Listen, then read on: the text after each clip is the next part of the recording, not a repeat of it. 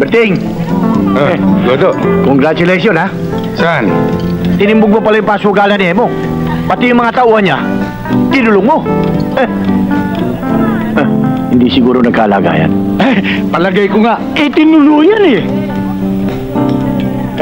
Siguro sikat na sikat ka ngayon sa lugar mo. Hindi naman. Oo nga pala. Teka muna, bakit pati yung liluto ni Kapitana, sinirahan mo pa? Sabi mo, hindi masarap. May balak. Baka may balak. Baka may balak ka magtayo ng caterer. Godo, may iba naman natin ang usapan. Kamusta naman ang lagay dun sa inyo? Ano lagay? Balita ko, nagkalat ang pasugalan doon sa barangay ninyo eh. Ang ibig kong sabihin, nagkakalagayan doon sa lugar namin? Yun na nga. Hindi, ang ibig kong sabihin, baka kailanganin mo tulong ko, magsabi ka lang.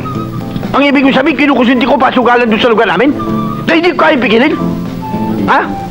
Di lumalabas na inutil ako? Ikaw may sabi nun. Ikaw nga naman ang may sabi. Loko ka pala!